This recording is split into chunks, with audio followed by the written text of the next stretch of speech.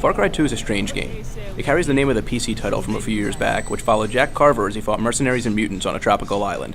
The game was ported and remade several times, each removing a little heart from the PC version, until the name Far Cry was met with a hiss and a boo by most gamers. And honestly, who could blame them? Far Cry 2 has much more of an Apocalypse Now feeling than its predecessor, being set in Africa during a civil war between two factions, the United Front for Liberation and Labor and the Alliance for Popular Resistance. These two groups are led by brutal warlords, neither more noble or respectable than the other, and they were locked in a fairly small-scale battle before the Jackal, an arms dealer, arrived and supplied them all with cheap weapons to turn their small skirmish into a massive, bloody war. Your character is sent to kill the Jackal in hopes of stopping his crusade of arming both sides of the conflict. You can choose between several different characters, and the rest populate the world as buddies, who can help you with a mission or resurrect you if you fall in battle.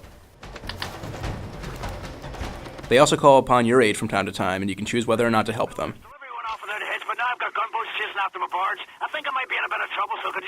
Ignoring their pleas usually results in an upset phone call and nothing more, but can occasionally end in their death.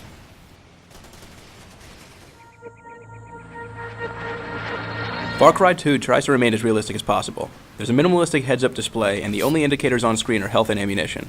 The radar is replaced by a map and a GPS device, which track your character as he progresses through the game's massive world. There are different areas in the game, each which takes several minutes to travel across, and are filled with jungles, deserts, and cities to explore.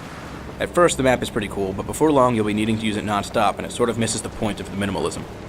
You can use syringes to heal your character unless he's bleeding out, in which case you need to go through a healing animation, like ripping a bullet out of an appendage or patting out a fire. The fire effects might be the best in gaming, spreading and catching other flammable objects aflame, turning the battlefield into a wasteland and destroying buildings and vehicles in their path.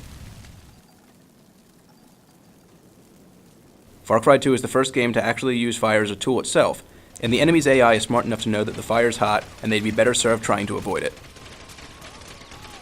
However, the game does seem to be suffering from the console port. There's an issue with consistency, where models and textures on characters look great, while walls and mountains oftentimes look muddy and dull.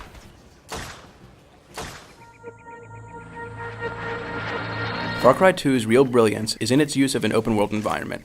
The map is massive and filled with content. There are dozens of outposts to scout, hundreds of diamonds to find, and limitless ways to tackle any situation. The missions themselves are fairly repetitive, and come in only a few varieties. You start by going to one of the different faction leaders and accepting a mission, which usually involves trying to screw the other one over, and are paid in the game's currency, rough, uncut diamonds. You travel across the map, fighting ambushes and outposts you come across. And after getting to the location, you either blow something up, or kill someone. But the entire process does get repetitive. Luckily, the combat itself is fun enough to prevent that from becoming a problem, and there are side quests which can help break up the monotony. Far Cry 2 also features a day-night cycle, and the time of day can be used to approach missions in different ways. Enemies' viewing radius is lower at night, and it adds a layer of depth to just about every encounter.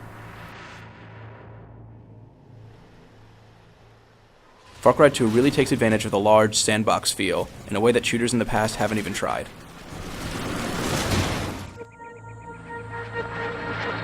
Far Cry 2 is an expanded multiplayer from the original, with 4 different modes and 6 classes.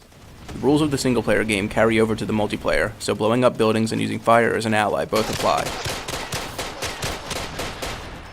It's quick and fun, and while it will likely not take you away from Call of Duty or Gears of War for too long, it should expand the experience a good amount, especially considering the game ships with a robust level creator and the ability to share your created levels online. Little Big Planet eat your heart out. Not really, but it's pretty fun, and the creator is definitely the best among console shooters.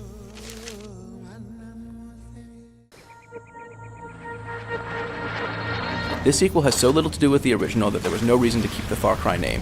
The plot has no ties, and the gameplay is so far removed that it would be difficult to call it anything more than a spiritual successor. Since the first game was looked down upon after a while, and I could see people being turned off from this one because of it, it might have been better to just change the name. That said, Far Cry 2 is definitely worth the price of admission. The gameplay is solid, and it works both as an open-world game and as a shooter. Its plot is light but dense, and it'll make you rethink the way you look at conflicts like this one in the game. As with most open-world titles, there's a huge amount of content, and there's at least 20 hours of gameplay in the single player alone. The game is fantastic, and even in this dense holiday season, every gamer should make time for this trip to Africa. Thank you for watching, and be sure to check out Gamervision.com for the full written review.